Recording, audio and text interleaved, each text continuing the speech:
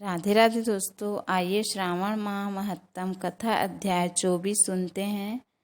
भगवान श्री सदाशिव बोले, हे ब्रह्मपुत्र, पूर्व कल्प में दैत्यों के भार से अत्यंत पीड़ित हुई पृथ्वी बहुत व्याकुल और दीन होकर ब्रह्मा जी की शरण में गई।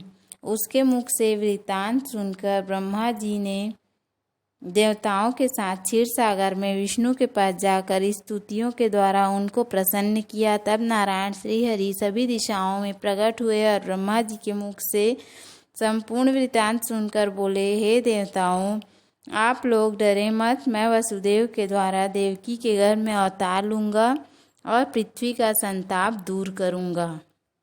सभी देवता लोग यादवों का रूप धारण करे। ऐसा कहकर भगवान अंतर ध्यान हो गए। समय आने पर वह देवकी के गर्भ से उत्पन्न हुए।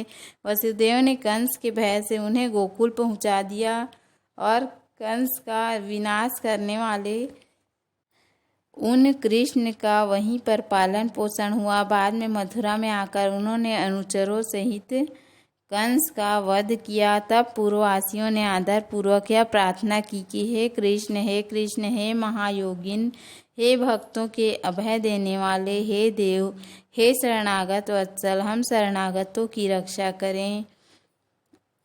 इसे आप कृपा करके हम लोग को बताएं। आप जन्मदिन के कृत्य कोई कहीं भी नहीं जानता।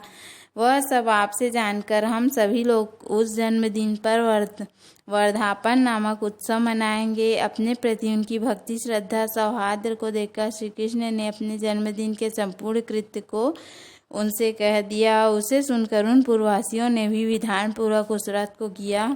तब भगवान ने प्रत्येक व्रतकर्ता को अनेक वर प्रदान किए। इस प्रसंग में एक प्राचीन इतिहास भी कहा जाता है।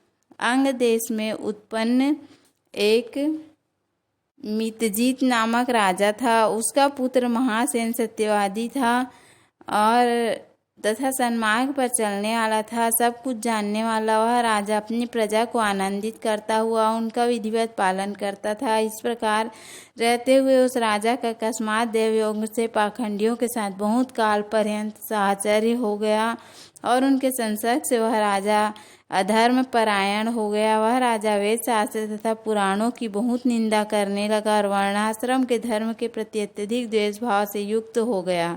हे मुनि श्रेष्ठ, बहुत दिनों बाद होने के पश्चात काल की प्रेरणा से वह राजा मृत्यु को प्राप्त हुआ और यमदूतों के अधीन हो गया। यमदूतों के द्वारा पाश में बांधकर पीटते हुए यमराज के पास ले जाते हुए वह बहुत पीड़ित हुआ।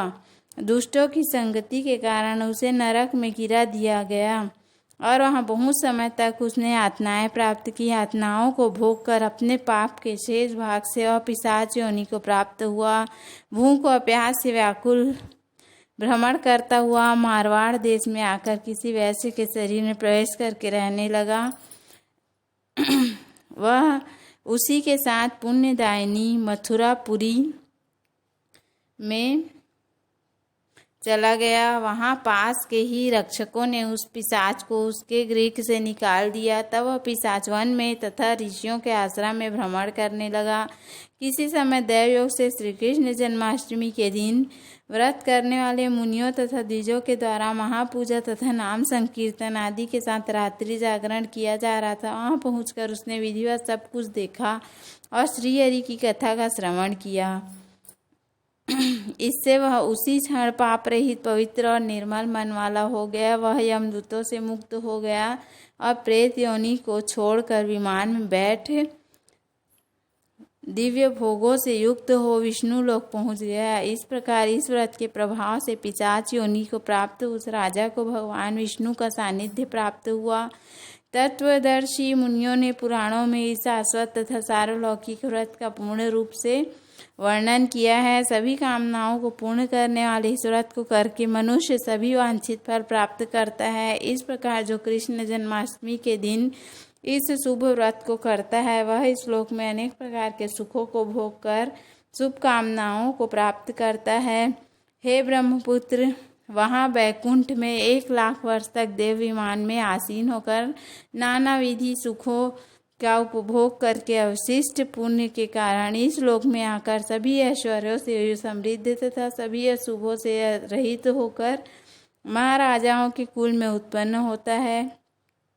वह कामदेव के समान स्वरूप वाला होता है। जिस स्थान पर कृष्ण जन्मोत्सव की उत्सव विधि लिखी हो अथवा सभी सौंदर्य से युक्त श्री कृष्ण जन्म सामग्री किसी दूसरे को अर्पित की गई हो अथवा उत्सव पूर्वक अनुष्ठित व्रतों से विश्व सृष्टा श्री कृष्ण की पूजा की जाती हो, वहाँ शत्रुओं का भय कभी नहीं होता है।